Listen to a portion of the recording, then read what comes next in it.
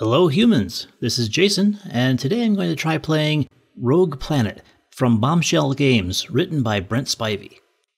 Now this is an interesting game because it's a war game that's not caught up in all the war game baggage. I've heard it described as abstract, but I think it's more like it's more board gamey and less caught up in what would really happen. So what you end up with is a fun, strategic, anything goes science fantasy skirmish game. And now for some introductions. Over on this side, we have Senga's crew. There's the hero Senga, of course, with her gravity hammer frying pan, and her expendable luggage bearer pawns, and a goblin standard bearer. She's backed up by a goblin on an orb bike and a goblin rifleman, but her heavy hitter is the Beast Lord with a bloody great axe.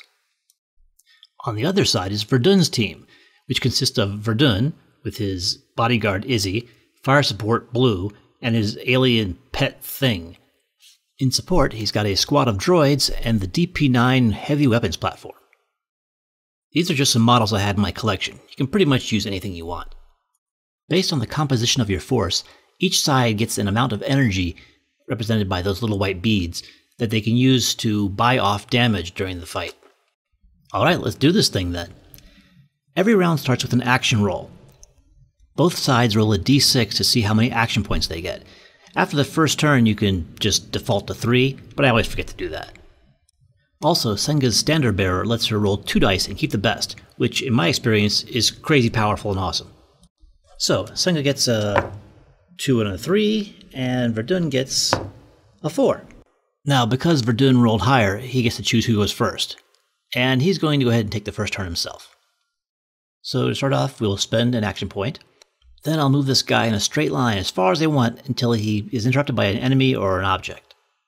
Then I'll spend my second action point, and I'll activate the droid squad right here. Now with the terrain as a consideration, I can only move them up to here, because while normally you can move in a straight line as far as you want, if you cross terrain, once you cross it, you can't go back out the other side of it to the other end. You have to stop there.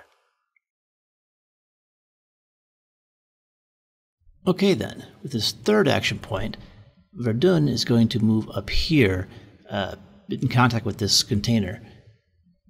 And then I'll move all of his retainer pawns with him. They don't actually take up space, they're more like walking hit points with special abilities, so you could walk through them, shoot through them, they don't really count on the table, they're just pretty.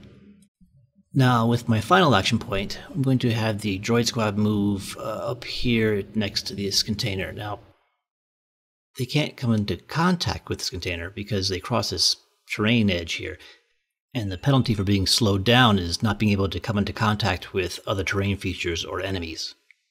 And that uses up all of Verdun's action points, so now it's Senga's turn to go. She'll use her first action point to move in a straight line up to here.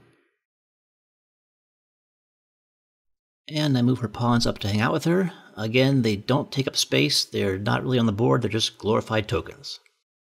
Her second action token will be spent to activate the Beast Lord. He moves in a straight line, and no one can see him, but you know what? They don't have any action points to react with, so I'm going to go ahead and push him out a little farther so that he can line up for a shot later. Yeah, that's the idea. And with the final action point, we'll move the Beast Lord up closer to the enemy in a straight line, of course, which puts him in cover here, which isn't so bad. A lot of maneuvering in the first round. Let's see if we can get some more action in the second round. Time for action points. Senga gets 2 and a 5, and Verdun gets 5. A tie, so control goes to the side that didn't have it last time, which in this case means Senga. She'll spend an action point to activate the orb bike rider. Now, he wants to move up here along his path, but that will open him up to opportunity fire from the droid squad. So he's going to have to roll to complete his movement, even though he normally wouldn't have to roll to move. A skill roll is 2d6. 6 or less is a failure, 10 or better is a success, and anything in between is a partial success. Opportunity fire also adds an opportunity fire rogue die, which cancels out any dice that it matches. He gets a 3 and a 1. The rogue die isn't matched, so it has no effect. And a total of 3 is a failure. So his movement ends, and his opponent gets to stagger him up to standard FX range in any direction. Also, because he failed, in addition to any other consequences, one of the enemy gets to make a standard move action. So we're going to have these droids move over to here, which probably wasn't too smart, because with her next action point, Senga is going to come get them. She's going to try to move up into contact, but they're going to spend an action point for opportunity fire. She gets a 10 and the rogue die doesn't match, so she ignores them and moves forward into contact. And with her next action point, she'll make a melee attack against the droids. The difference in their stats is 2, and her frying pan gravity hammer gives her a +1 for a total of 3, which is the maximum bonus you can get on a roll. She also rolls a powered weapon rogue die, which has special abilities on a match. She gets a 12. That's a success. So she does the stat difference in damage, which is 2. However, her rogue die is a matching 6, which means she does 6 more damage on top of that for a total of 8.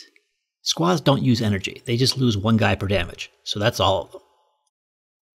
And with the next action point, we'll activate the Beast Lord. Now, I want him to move over here, but the DP9 is going to opportunity fire him when he does so. That's going to cost him a token, though. The roll is 7, and there's no match in the rogue die, so he moves successfully. Or at least partially successfully. On a partial success, he succeeds, but the enemy does get to make a free move. And so Verdun will move up here into cover, and his pawns will follow him so I don't lose track of them. With his last action point, the Beast Lord will move into contact with the DP9, who will of course opportunity fire. And that will cost him an action point. The Beast Lord rolls to move. 10 is a complete success. The rogue die doesn't match, so he moves without a problem. Base width matters, but these pawns over here, they're not really there, so he can move through them freely. And that brings us to Verdun's turn.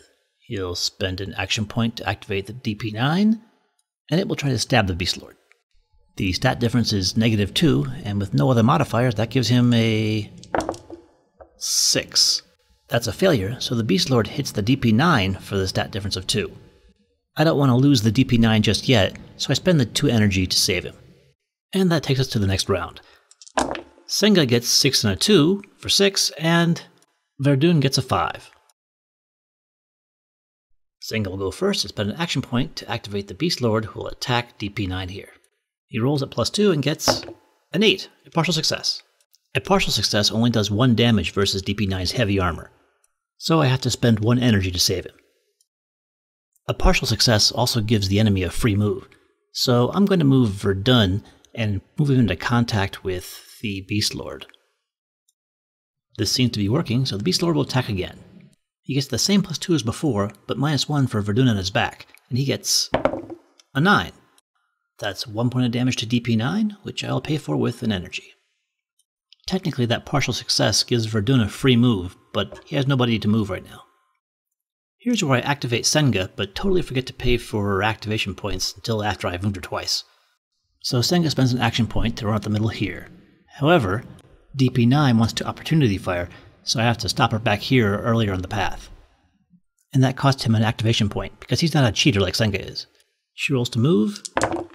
5, failure, and there's a matching 4 in the rogue die. So she takes 4 points of damage, except that heroes can only ever take 1 point of damage.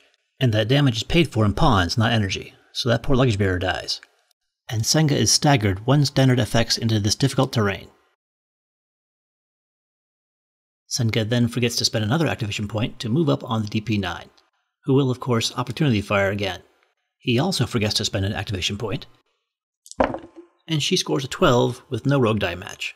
Unfortunately, she can't actually contact DP9 because she crossed over this terrain border earlier. Now, normally a unit can't take 3 actions in a row, but Senga and Verdun are heroes, and they can take 3 actions in a row, but no more than that. They do, however, have to pay for their actions still, and I have forgotten here. Sorry. So with her third action, that she is totally cheating and not paying for, Senga moves into contact with the DP9, who will spend an action point to counterfire. Her roll to move is a 5 with a matching 3 in the rogue die. So she takes 3 damage, but heroes can only ever take 1 damage, and so one of these pawns has to die. And then Senga is staggered standard FX distance. Now, having taken 3 actions, even as a hero, she can't go again, So instead I'll activate the Orb Biker. I can't contact the wall though, because I crossed the terrain border over here. However, Verdun sees him coming and turns around to Opportunity Fire. The biker rolls a 7 with no match on the rogue die. That's a partial success, but Verdun has no one to move, so that's that. Oops, forgot to pay for the Opportunity Fire. There. Spending another action point in the biker, he shoots at Verdun, who will spend a point to shoot back. The stat difference is -3, and he gets a 6, which is a miss, but no match on the rogue die. The biker has to stop, and he should also be staggered, but I forgot. And that's the end of the turn. Rolling for action points. Verdun gets 6, and Senga gets just 3. So Verdun will go first, and he'll spend his first action point to try to have the DP9 break away from the Beast Lord over here. But he'll have to roll for it. A 9 means he succeeds, but one of the enemy gets a free move, and that will be Senga. Hey there, DP9. So now I'll have DP9 go again by spending another action point. His extended range rifle lets him shoot past Senga and into the Beast Lord. The modifiers all cancel each other out, so... Boxcars! Doubles on a success is a critical, and a critical on a heavy does the stat difference in damage, which in this case is 2 points. And I'll use 2 energy to pay for that. So now Verdun will take a shot at the biker over here. So that costs an action point, and the biker will return fire. An 8 is a hit, but partial successes only do 1 damage to medium armor. The enemy still gets a free move, but once again I forgot. Verdun spends an action point to shoot again, the biker spends an action point to return fire again, and Verdun misses. With his free move, the biker will move up here into cover behind this wall. Verdun then fires at this guy one more time and hits for 1 point of damage. With his last action, DP9 will fire at the Beast Lord one more time, and miss. On her turn, Senga will spend her last action point to attack DP9 in melee with her Gravity Hammer Frying Pan. She hits for a point of damage, and now the Gravity Hammer throws DP9 into this building. Up to 2 standard effects. But it has to be this way, because that's what I declared. For collisions, heavy units roll a D8, and medium obstacles roll a D6. The building loses and is destroyed.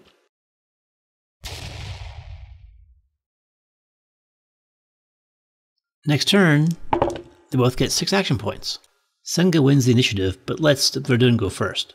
DP9 will shoot at Senga, and that'll cost him an action point, and also one from her as she returns fire.